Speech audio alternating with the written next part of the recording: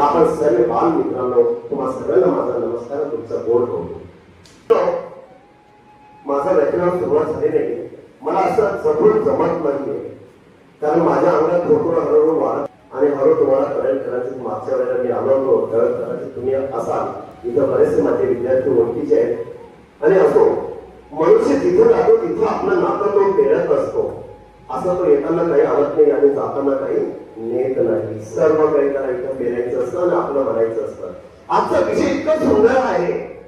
आज आपण आजच्या इतक्या सुंदरशा काळामध्ये, भूतळामध्ये आपण इतका सुंदर जन्म घेतलेला आहे आणि आपल्याला कोणतीही टेन्शन नाहीये. जर तुम्ही इथून घरी गेलात ना, तुम्हाला भाकर मिळेल. मिळेल किती भाकर? मन भरून भाकर मिळेल. खूप छान. तुम्हाला कोणीही मागणार नाही तू किती कमवतो, गाडीनं आला का, एरोप्लेनने आला का, कसा आला, कोणी विचारणार नाही. दोन्ही एकाच लेवलचे. फक्त तुम्ही विद्यार्थी जसेच आहे आणि मी एक छोटा असेल बाप म्हणून इथे बोलतोय. माझ्यातलं बापाचं प्रेम हे तुमच्याजवळ मी व्यक्त करत आहोत. आज प्रत्येक मनुष्य कुठेही सुखी नाहीये. संसारात सुख नाही हुशारी घर, अरे संसारात सुखी नाही हुशारी घर. कोणाचे धन गोत कोणाचे कोण, अरे सर्व म्हणती माझं माझं मीच आहे करता. सुटकी साधा निघून जातील कोणी नाही धरता. अरे कोणाचे मित्र कुत्र कोणी नाही संगी. असा माणसाचा देह आहे आणि अशा आपण या वातावरणात, या सुंदर सृष्टीमध्ये, स्वर्गामध्ये आपण जन्माला आलेला आहोत. आणि ह्या मानव जातीमध्ये, मानव प्राणीमध्ये आज आपल्याला विभिन्न प्रकारचे अनुभव आपल्याला घ्यायचे आहेत. परंतु मित्रांनो, आजचा हा काळ आईवडिलांची महती सांगावी ही सगळ्यात मोठी शोकांतिका आहे. मला म्हणताना सांगताना लाज वाटते, कारण तुमच्या वयात असताना आम्हाला बापाची माया आणि आईची ममता सांगायची गरजच पडली नाही. आमचा तो असा काळ होता. अरे खायला आम्हाला काही भाकरी होत्या दादा, उपाशी होतो आम्ही. 2-4 दिवसाच्या भाकरी आमची आई ना जमा करायची आणि आम्हाला त्या खलबत्त्यामध्ये मातीच्या उसळ्यामध्ये कुटून त्या ठिकाणी आम्हाला ती काला बनवायची. आणि वाण्यामारवाडी म्हणतात त्याला मनोहारचा काला. मनोहार शेतकऱ्याची बोनस नशीबवान आहे जे शेतकऱ्याची औलाद जातात, ती साऱ्या सृष्टीला सगवते, खाऊ घालते. अरे कोणतीही कंपनी अन्न बनवू शकत नाही शेतकऱ्याच्या जमिनीत बीज टाकलं नाही का. तुम्ही आपण काहीही नाहीये. अरे हे भीमा हे दुकान त्या ठिकाणी काही कामाचं नाहीये. पण शेतकरी जर नसेल दादा हो, तर कोणी जिवंत राहू शकत नाही. तुमच्या ठिकाणी कोणी विचारू शकत नाही. परंतु ते शेतकऱ्याची व्यथा आणि कथा कुणाला माहिती आहे. असा शेतकरी बाबा त्याच्या रक्तात नाही बाबा, काही कचरा ठसतात तो त्याच्या पायात. त्याचे अश्रू अनंत असतात, पण तो हृदयात झाकत असतो, कधी कळतच नाही, पण दाखवतच नाही. परंतु अजून खूप मोठी गाथा आहे त्याची. परंतु तुम्हा लेकरांना आजपर्यंत आई बापाने सर्व काही दिलेलं आहे.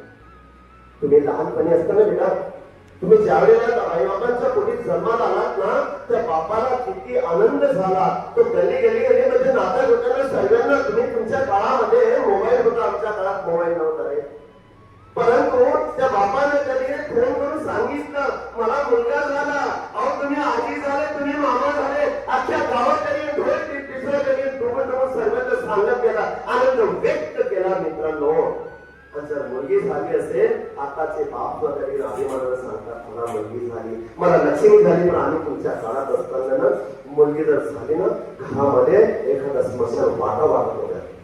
अशी ती काळ, अशी ती परिस्थिती. कारण की मुलगी ज्या जन्माला आली म्हणजे आई बापाला डोक्याला ताण असायचं, तिला हुंडा कुठून द्यायचं, तिला शिक्षण कसं करायची, परक्याचं ते घर असतं. असा तो काळ होता. आणि आज असं झालंय की मुलगा मुलीला देत असतो. का करते? कारण की तिनं आपल्याला 9 महिने 9 दिवस पोटात ठेवले. तिनं आपल्याला लहानाचं मोठं केलेलं आहे.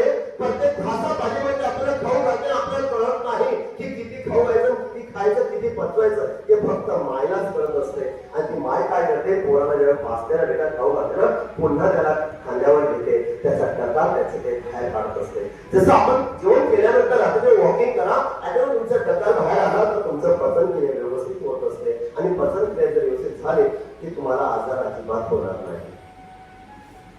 त्याचप्रमाणे आईला तर एवढं कळतं राजा हो, पण आज आम्हाला आमच्या आईबापांचं काहीच पडलं नाहीये. आमच्या समोर काही स्वप्नच नाहीये. आमच्या समोर स्वप्न आहे, मेरा एक सपना है कि देख तुझे सपनों में. आमचे स्वप्न असे ती दिसली आणि ती आली आणि काय होती, देऊन गेली, समजलं नाही. आलं स्टेशन, उतरून गेलो, अरे काय ती होती, जागा मात्र तशीच राहिली. फूल है गुलाब का, उसे सुखा मत देना. लड़का है ऐसा, उसको दुखा मत देना. काय आमचे ते शेरो शायरी आताच्या बघितलं पोरींना. आमचं लक्ष शिक्षणाचं नाही, आमचं लक्ष त्या ठिकाणी आयुष्याचं भविष्याचं आम्हाला काहीच माहिती नाही. कारण की आमच्या पाठीमागे आमच्या आई बाबा आहे. आणि ज्यांचे आई बाबा पाठीमागे असतात ना दादा, त्याला त्या ठिकाणी आयुष्याची पडलीच नाही. त्याला फक्त पडली आहे मित्र आणि मैत्रिणीची. शाळा कॉलेज संपली, मस्त विचारले ह्या गल्लीत त्या गल्लीत, आणि आता काय गल्लीत जायची तेवढी गल्ली पण राहिली नाही. म्हणून वर्गातच आपले किडे आहे. कारण आपल्याला खेळायचं वाटत नाही. आपल्याला खेळायचं असेल तर आपण मोबाईल मध्ये खेळतो, अशी मोठं स्क्रोलिंग करतो, असं करतो. आई बाबांना वाटतं की माझा पोरगा नाही अभ्यास करतो आणि आपला बोट दुखतो, आपलं डोकं दुखतं, आपले डोळे दुखतात, कमरेचा मणका दुखतो. आणि मग आपण काही दिवसांचा आई बाबांना सांगतो, बाबा मला असा त्रास होतोय. बाबा पटकन लगेच डॉक्टरकडे नेतात.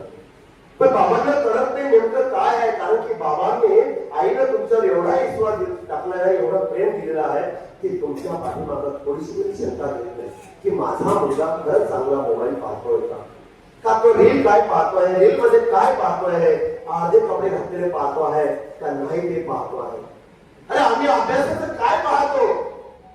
आज तुम्ही इथं बसलं, तुम्हाला अमेरिकेचं माहिती आहे, सरांनी सांगितलं युद्धाची अशी जबरदस्त परिस्थिती आहे. येणाऱ्या काय काळामध्ये लॉकडाऊन लागेल की नाही लागेल, काय परिस्थिती जगेल का नाही जगेल, याचा काही आराखडा कोणाकडे नाहीये. पण ज्यांच्याकडे आहे त्यांनी अजून उल्लंघन केलेलं नाहीये. आपल्याला मोठ्या गोष्ट जायचं नाहीये. परंतु आज आपल्याला भीतीच नाहीये का, माय बापू पाठीशी आहे. पण आम्हाला कसं चालवलं आम्हाला सहमाला दिसले नाही. ज्याने त्यांनी आधीच विचार केला की स्वराज्य निर्माण व्हायलाच पाहिजे, स्वराज्य घडलंच पाहिजे, हे कोणी विचार केला. मग तसंच आम्हाला आमच्या आईंच्या पाठीवर आमचा बाप का आठवत नाही. सोबत ज्याच्या घरात बाप असतो ना बेटा, त्याच्या घरात कोणतीही नजर तिरपी पडत नाही. तो बाप त्याच्यावर ताकद असतो नसतो काही हरकत नाही. तो पैलवान असतो नसतो, त्याच्याकडे प्रॉपर्टी असतो नसतो, तो लुकड जरी असं ना बेटा मग स्वाभिमानी असतो रे. अरे कसाही असतो, 2 भाकर कुठून आणतो, 2 पैसे कुठून कष्ट करतो, पण घराचं त्या संरक्षण करणारा हा बाप असतो. तो मात्र सगळ्याला दिसलाच नाही. याच्यावर व्याख्यान दिसतो आपल्याला खूप कमी दिसते. बाप आपल्याला कळलाच नाही. आणि मेल्यानंतर आपण सुरुवात करतो की मला गावाला पंगत द्यायची, मला याची भात द्यायची, मला त्या ठिकाणी गुलाबजामुन, मला जिरे द्यायची, अख्खा गावाला हे द्यायचं, ते द्यायचं, मोठं पंगत द्यायचंय, मला श्रद्धा करायची. मला त्या ठिकाणी विविध प्रकारचं आपण रेखाटन करून घेतलं. आपण विविध प्रकारचा विचार केला की बाबा गेलं तर मला हे करत ते करत का, समाज काय म्हणतो मला, नातेवाईक काय म्हणते, मला काही घेणं देणं नाहीये. जिवंत मालक असताना आपण त्याचं कधी ऐकलंच नाही, त्याच्या कधी पाया पडलो ते, त्याच्या कधी आपण पूजा केलीच नाही. आणि मेल्यानंतर त्या फोटोचे त्या आत्माचं काय करायचं. आत्मा क्षणामध्ये निघून जात असतो. ज्याप्रमाणे आपल्या त्या ठिकाणी शरीर आहे, ज्याप्रमाणे शरीरात झाकण्यासाठी आपण कपडे घालत असतो आणि कपडे एक दिवस खराब झाले, मळकट झाले तर आपण कपडे बदलतो, त्याचप्रमाणे आपल्या शरीरातला आत्मा देखील निघून जात असतो. मग त्या निर्जीव शरीराला आपण इतकं जाणतो, इतकं त्याचं करायचं काही गरज नाही. दिखावा 4 फोटो करायचं मोठं तरी लोकांना दाखवायचं की मी बापासाठी किती करतो, माईसाठी किती करतो, नंतर काही गरज नाही. कभी प्यासे को पानी पिलाया नहीं, बादाम पिलाने से क्या फायदा, कभी प्यासे को पानी पिलाया नहीं. जो म्हणजे जिवंत आहे आपण त्यांना पाणी पाजलं, त्यांचं ऐका रे. पण आपण तसं कधीच केलं नाही तर ती बाप तरी ओढत असतो तरी ऐकत नाही. परंतु आमच्या काळाला आमची आई फक्त सांगत होती, तू हे केल्यानंतर बाप येईल, तू सरपण आणलं नाही तर तुझा बाप येईल, अभ्यास केला नाही तर बाप येईल, होमवर्क केला नाही तर बाप येईल, शाळेत गेला नाही तर बाप येईल, दूध आणलं नाही तर बाप येईल. सदा सदा सदा त्या कोणाच्या मनावरती आमच्या आई आजोबांनी बापाचं त्या ठिकाणी भीती एवढं दाखवून दिलं की बाप मुलांसाठी फक्त काही त्या ठिकाणी भान करूच होता. बाप म्हणजे त्या ठिकाणी काय एखादं त्या ठिकाणी म्हणजे मुलांसाठी भांडणारच होता, मुलांसाठी मारणारच होता की काय असं त्या ठिकाणी बापाची प्रतिमा उभी राहिली आहे जगामध्ये. परंतु असं आमचा बाप आम्हाला कळणारच नाही.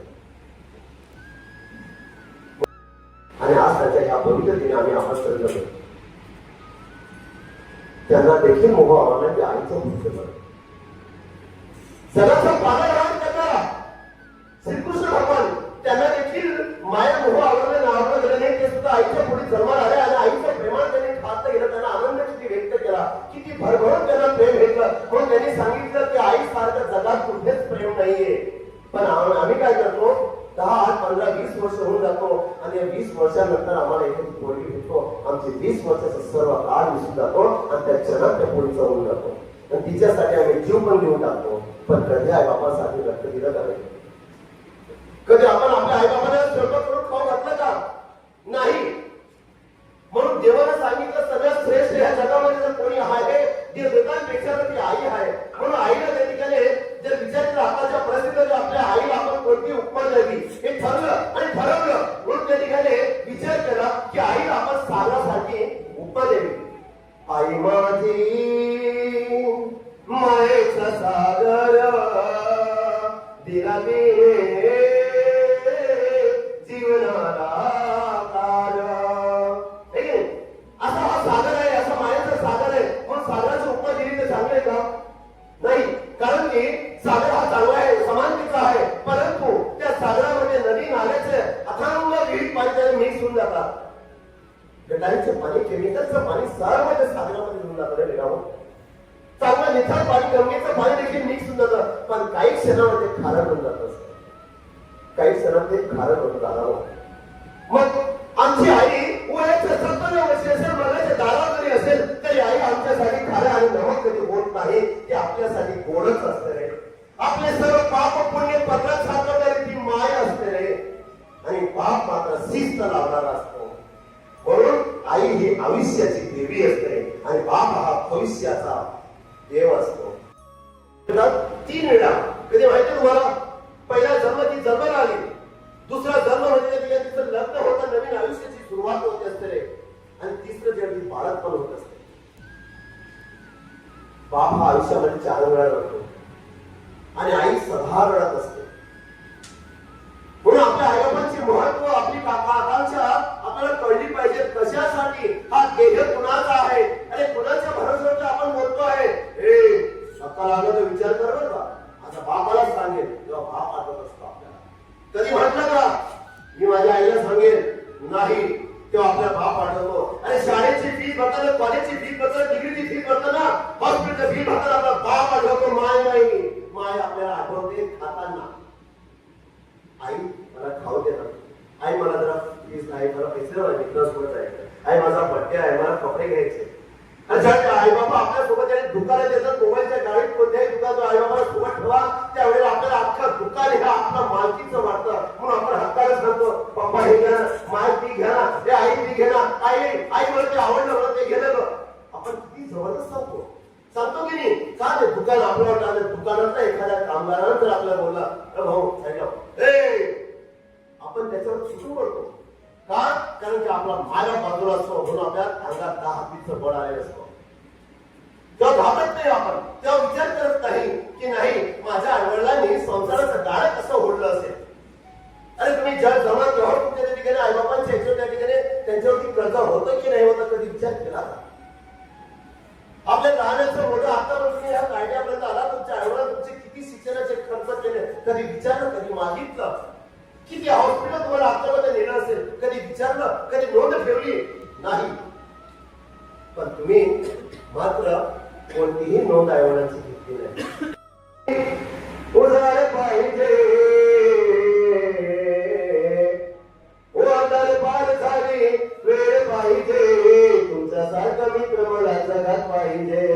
तुमच्यासारखा मित्र मला जगात पाहिजे. मित्र आपल्याला जगात असा मित्र पाहिजे की माझी किती ओळख आहे त्यापेक्षा तुम्हाला साथ देणारा किती लंबी लिस्ट आहे अशा मित्रांची लिस्ट काढा. तुम्ही जर एक फोन लावला, ए मित्रा मला कधी तुझी कार हवी आहे 1 महिन्यासाठी, देईल का? ए तुझा फोन मला पाहिजे 1 महिन्यासाठी, देईल का? जर तुम्ही 10 लाख मागितले द्यायला पाहिजे तर मित्र आपण म्हणा. आता बापाला सांगा, बापा माझे मित्र एवढे आहेत, पण आपल्या बापाला विचारा की तुमचे मित्र कसे. त्यांचे 1-2 मित्र असावे, पण ते मित्र असे आहेत रे, अरे घरात जर त्यांनी भाकर नसेल पण मित्रासाठी जीव ओढून घालतात असा मित्र असावा. म्हणून त्या ठिकाणी आज मला ते लक्षात आहे की मला त्या माणसाने रूम दिली होती, म्हणून त्यांना आज मी किती मोठा असो तरी देखील मला त्यांचे उपकार आहेत. त्यांनी माझ्याकडे भाडं घेतलं, डिपॉझिट घेतलं, परंतु ते माझ्या लक्षात राहिलं. मला ते लक्षात आहे की त्यांनी मला रूम दिली, मला घर दिलं, त्यांनी भाडं घेतलं, परंतु माझ्या लक्षात ते उपकार आहे. परंतु ज्या आईला आपल्याला गर्भामध्ये, ज्या आईला आपल्याला गर्भामध्ये टाकलं, ठेवलं, जागा दिलं, तिने कधी भाडं घेतलं नाही, तिने कधी आपल्याकडनं बिल कोणत्या गोष्टीचं विचारलं नाही, आज पण मागितलं नाही, ती माय म्हणजे पहिलं गर्भदान असतो. दुसरं दान आपल्याला काय असतं? प्राणदान. प्राणदान म्हणजे काय? अरे ज्या वेळेला आपण आईच्या गर्भात असतो त्याने 9 महिने 9 दिवस, ज्या वेळेला आपण बाईचं भात करतो तिला त्याने कळा येतात, तिला मृत्यूच्या डोळ्यासमोर असतो, तिचा मृत्यूच्या डोळ्यासमोर असतो. आणि डॉक्टरांनी सांगितलं की साहेब एक तर मुलगा वाचवा लागेल तर बाई वाचवाय, दोघांपैकी एक कोण सांगा. आम्ही दोघांना वाचवू शकत नाही, तुम्ही सांगा किती आहे. डॉक्टरांनी सांगितलं, सल्ला दिला, नवऱ्याने सांगितलं मला माझी बायको पाहिजे. मला कोण पाहिजे? माझी बायको पाहिजे. अजून डॉक्टरांनी सांगितलं की तुमच्या आईवडिलांना बोलवा. आईवडिलांना बोलवलं म्हणजे सासऱ्यांना बोलवून त्यांना विचारलं की तुम्हाला नातू पाहिजे तर तुम्हाला सून पाहिजे. त्यांनी सांगितलं की आम्हाला सून पाहिजे. त्यानंतर थोड्याच वेळानंतर तिथं मुलीचे आईवडील येतात आणि तिला विचारतात, त्यांना विचारतात की सांगता बाबा तुम्हाला कोण हवे, तुमची मुलगी या नातू? आम्हाला मुलगी पाहिजे. परंतु ती स्वतःकडे जे बेड पडलेली असते, तिची डिलिव्हरीची वेळ असते, तिला कळत देत असते, तिला त्रास होत असतात, दुःख व्यक्त होत असतात, रक्ताची म्हणजे जन्मती राहून येत असतात, ते एवढं व्यक्त होत असतात, पण ते आनंदाने सुटतात असं डॉक्टरना हळूच सांगते, डॉक्टर साहेब माझं काही झालं तरी चालेल पण माझा मुलगा वाचला पाहिजे.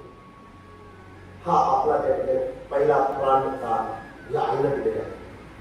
मग आपण काय करतोय? आपण आपल्या आईसाठी काय केले, काय व्यक्त केलेलं आहे? आपण कधी पैकीच्या पैकी मार्ग घेतले? अरे आई वडिलांची काय अपेक्षा असते? पोरांनी चांगले मार्ग घ्यावे. आई वडिलांनी तुम्हाला सांगितलं जा बरं तरी पाणी म्हणून काम कर. अरे पण खूप मुलं आहेत दादा हो. अरे मी लहानपणी नव्हे, मी एकच अंबाराचा डिग्री डिप्लोमा घेऊन आलो, इथं भिक्षाची मागत होतो. फातिमा स्कूलमध्ये लागल्यानंतर मी इथं 6 वर्ष 4 वर्ष शाळेमध्ये प्रायमरी सेक्रेटरी काम केलं आणि त्याच्या त्या स्मशानमध्ये मेलेल्या माणसाच्या अंगावरती बसून त्या क्रॉसवरती नाव लिहिलं, 200 रुपये मिळत होते. माझी फटफट फटफट करत होती. माझ्या गावामध्ये मी त्या ठिकाणी खेळायचा पोरगा होतो दादा, इकडे जर नेटवर जात होती तर मी असं फॉर्म देत होतो, असं नको तो चेहरा. पण इथं बघितलं त्याच्यावर बसताना माझी फाटत इंडिव्हिज्युअल लागत होती, झोप लागत होती, रात्रीच्या वेळी पुन्हा पुन्हा येत होतं. पण त्यावेळेला माझ्या डोक्यामध्ये संकट येत होतं, जर मी इथं घाबरलो तर माझा पगार वाढणार नाहीये, मला दिवस काढायचे, मी परक्या शहरात आलेलो आहे, माझा प्रपंच मला उभं करायचंय, मला लेकर बाळांचं पुढचं भविष्य बघायचं आहे. हा तो बाप असतो, भरोसा नाही. त्याने दिलेली नकार केला आणि त्याचा थोडा पुढे गेला, त्याचा ऍक्सिडेंट झाला. त्याचा ऍक्सिडेंट एवढा मजबूत झाला त्याला तिथून आवड झालं. त्याने मोबाईल लावला, प्रयत्न केला, त्याला नेट मिळाला नाही, चॅलेंज संपली होती, गाडीला त्याला हातपाय बाहेर काढता आला नाही, परिवाराला वाचवता आला नाही, तो ती तडपड लोकांना आवाज देत होता. पण नंतर त्या ठिकाणी बाबांना वाटलं की गाडीचा लाईट इथपर्यंत दिसतो, त्याचा लाईट बंद का झाला, हा बिचारा कसं आपली उंची धक्का मारत बंद केला. तिथं गेल्यानंतर बघितलं तोच पडला, त्याच्यावर मी भीक मागत होतो. शेवटी त्यांनी दुसऱ्या गाडीला अडवलं, त्याच्यानंतर त्याने भीक मागितली, ते पेट्रोल टाकलं, पेट्रोल घातलं आणि त्याला त्या गाडीत बसवलं आणि हॉस्पिटल नेलं. हॉस्पिटल नेल्यानंतर तो व्यक्ती तिथं बसून त्या ठिकाणी बाहेरच्या बाहेर सकाळ होईपर्यंत वाढला. मग हा जो हॉस्पिटल ऍडमिट झाला होता तो चांगला झाला. सकाळपर्यंत त्यांनी सांगितलं, डॉक्टर साहेब म्हणजे मला ज्या माणसाला आले मला त्या माणसाला भेटायचंय. म्हणजे बेटा तो मनुष्य कधीच केला. म्हणजे कसं काय झालं?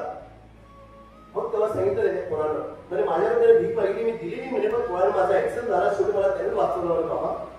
मास्तर काय नाव असं म्हणजे तो मनुष्य खूप दिवसापासून जेवलेला नव्हता, तो जेवला नव्हता म्हणून त्या ठिकाणी गेला. आणि तो पैसे मागत होता, भीक मागत होता कशासाठी? कारण की एकी काळी त्याचाच मुलगा तिथंच त्या ठिकाणी रोड ऍक्सिडेंट पडला होता आणि त्याचा मुलाला कोणीच वाचवलं नाही, कोणीच उठवलं नाही. त्याच्या मुलाला डॉक्टरांकडे दिलंच नाही. म्हणून त्याने विचार केला की रस्त्यावरती मी जगत असताना जोपर्यंत जिवंत आहे तोपर्यंत मी कोणत्याही मुलाबाळांना त्या ठिकाणी रस्त्यावरती मी म्हणून देणार नाही, त्यांना हॉस्पिटलमध्ये असे क्रांतिकारी विचार करत त्या ठिकाणी बाप या कामामध्ये खूप कमी आहेत. आपल्या मुंबई शहरामध्ये या रोड आहे का खड्डा आहे, खड्डा आहे का रोड हेच कळत नाही. आपण वीज पाडण्याच्या पार्टीमध्ये राहतो, फक्त आवाज करतो, आंदोलन करतो, खूप मोठे हुकुमशाही राबवायचा प्रयत्न करतो, पण खड्डा बुजवायला काही जात नाही. आज एक खड्डा बुजवला तर 10 वर्ष त्याच्याच तेच फोटो बरोबर फिरतात. एक झाड लावतात तर 10 वर्ष तेच ते झाडाचे फोटो दाखवले जातात. तो इथे एक मनुष्य आहे, त्या मनुष्य पण स्वतःच्या गाडीमध्ये माती टाकतो, सिमेंट टाकतो, सर्व टाकतो, रस्त्याला जिथे जर खड्डे येते त्याच्या पर्यंत तो करत आलो, कारण त्याचा मुलगा देखील त्याच्या ऍक्सिडेंट मध्ये नवे खड्ड्यांमध्ये गेला. म्हणजे बापाचा काकडा आहे, बापाचा विचार आहे, पाण्यासारखा आहे, सह्याद्री सारखा आहे, तो वाघासारखा आहे, तो उगाच वाघ नाहीये. म्हणून विचार करा, त्या वाघाचे तुम्ही वाघ आहात. आणि या लक्षात घ्या, त्या ठिकाणी महाराष्ट्र म्हणजे संतांचा, विचारवंतांचा, श्रेष्ठांचा, त्या ठिकाणी बुद्धीचा, विचारांचा आहे, लेखणीचा आहे. म्हणून या राज्यामध्ये, राष्ट्रामध्ये आपल्याला त्या ठिकाणी स्वराज्य आणि स्वतंत्र कधी वाटेल, ज्या वेळेला आपण दुसऱ्याच्या मुलीला आपली बहीण समजू, तेव्हा आपली बहीण सुरक्षित राहील. आपण दुसऱ्याच्या मुलींना आपली बहीण समजू मित्र हो, तेव्हा आपली बहीण सुरक्षित आहे. हे आजच्या काळामध्ये पाचोळ्याची घटना आहे दादा हो. 2 महिन्यापूर्वीची 70 वर्षाची म्हातारी तिथं आणि मारून टाकलेले आहे. एवढे माणसाची अवस्था बेकार झालेली आहे. अरे ज्याने आपल्याला जन्म दिला आपण कशासाठी? त्या बापाला काय वाटेल त्या समाजामध्ये? म्हणून जर तुम्हाला वाटतं कोणाचा प्रेम करायचं तर आपल्या आई बाबांनी तुला प्रेम करा. जगात कोठे पुण्य करावा, नका जाऊ विसरून मोठे झाल्यावर. कसा तुला रे विसर आई बापाची माया, का नाही तुला येत आठवण. आज या शहरामध्ये, राज्यामध्ये, जमिनीमध्ये प्रत्येक गोष्ट जमा येतं बघा. त्यांनी शिक्षण घेतलं, शिक्षण घ्यायलाच पाहिजे, पण एवढं शिक्षण घेऊ नका की आई बापाला त्यांनी आश्रमात ठेवावे लागेल, आई बापाला रस्त्यावर ठेवावे. असं शिक्षण काही कामात चालेल तुमचं आलं. आज तुम्ही बघितलं ते कुणाचं रिक्षावाल्याचा आईबाप आश्रमामध्ये, भाजीपाला विकण्याचे आईबाप आहे, आणि शेतकऱ्याचं बाप पुढे आहे का तुझे मायबाप नाही. आश्रमामध्ये कुणाचे मायबाप आहेत?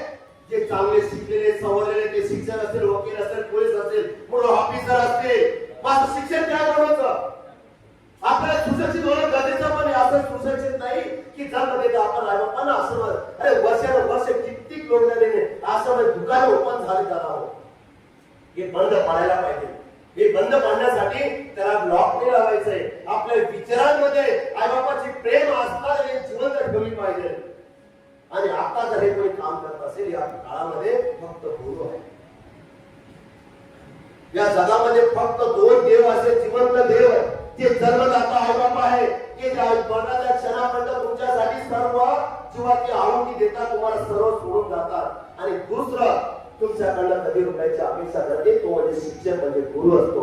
तो एवढा म्हणतो की माझा विद्यार्थी मोठा झाला पाहिजे, माझा विद्यार्थी मोठा छोटा आयडियाचं कॉलेज टाकलं पाहिजे, आयडियाचं कंपनी टाकला पाहिजे, मोठा कंपनी टाकला पाहिजे, मोठा उद्योगपती झाला पाहिजे. हे गुरुजनांचं स्वप्न असतं. अरे तुम्ही जर करोड रुपये कमवत असेल ना, तर गुरु तुमच्याकडे 10 रुपये पण मागायला येणार नाही. फक्त अभिमान सांगतील हा माझा विद्यार्थी आहे, छाती ठोक तो गुरु सांगत असतो. गुरु के चरणों में तेरा जब मन होगा, तब ही सफल तेरा जीवन होगा.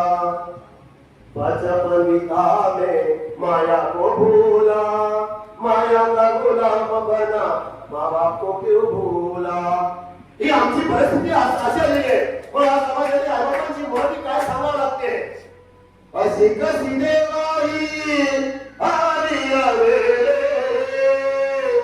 अशी कशी देवाई आली वेळे, आई बापाची महती सांगावी लागते. आई बाबाची महती सांगावी लागते. नाही ना, खूप खंत आहे, खूप व्यक्त विचित्र आहे की अशी वेळ येऊ नये.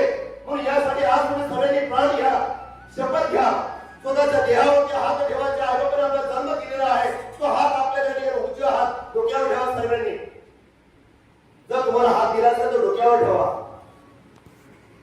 आणि घ्या आपल्या आई बाबांना आपल्या डोळ्यासमोर. आपल्या आई बाबांना स्वप्नामध्ये आपल्या डोळ्यासमोर आला हा कमाल ठिकाणी तुम्ही सर्वांना आणला असेल. नाथावर मुलीला हिरोईनला बघितलं असेल, मध्ये फक्त त्याचे प्रतिचारवंत महात्मा आहेत, ते देवतांचे बनलेले आहेत. कोणत्या हिरोईनचे नाही दादा, कोणाचे नाही बनले, कोणाचे? महात्मांचे, विचारवंताचे. म्हणून त्याला सगळ्यांना आठवा, तुमच्या आईबाबांना आठवा तुमच्या डोळ्यासमोर की विचार करा तुम्ही जन्माला आला तर तुम्हाला किती आठवतं, किती बोलता, किती लिहिता येत होतं, किती चालता येत होतं, काय तुमच्यासाठी आणि तुमच्या घरामध्ये किती किती चालू होती. कधी भावाची, कधी बहिणीची, कधी शेजाऱ्याची, कधी काका सुटायची, पण हे सर्व भाज्या साईडला ठेवलं. पण तुमच्यासाठी रक्ताचं पाणी केलं. त्या आई बाबांना आपली आठवा, त्याला डोळ्यासमोर आला की माझ्या आई बाबांनी माझ्यासाठी काय केलेलं आहे. जर तुमच्याकडे कोणी निखूटपणे जर बोलत असेल की माझ्या बाबांनी काय केलं, बोलणारा असतं.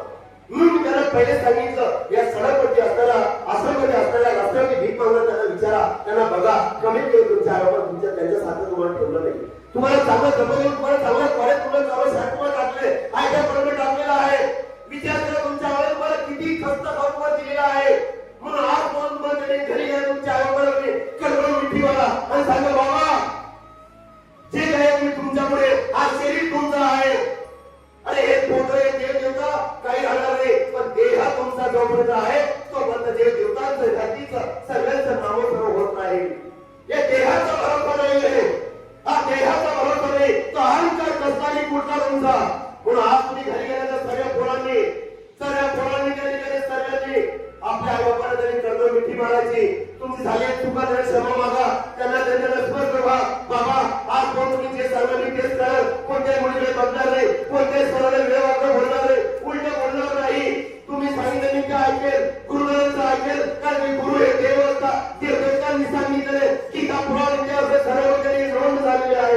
विचार करायला साधी गोष्ट नाहीये. संगीत पाटील तुम्हाला फक्त बर्बाद करण्यासाठी आले नाहीये. वेळ देईल तुमचा हात, पण आयुष्यात पुन्हा तुमचं उजव पैसे राहणार नाही याची गॅरंटी घेतो मी. अरे आई बाबा आहेत म्हणून आज आपण आहोत आणि आपण आहोत म्हणजे देवदेवतांची ओळख करतोय, त्यांचं नामस्मरण करतोय आपण. कशामुळे? हा देहामुळे.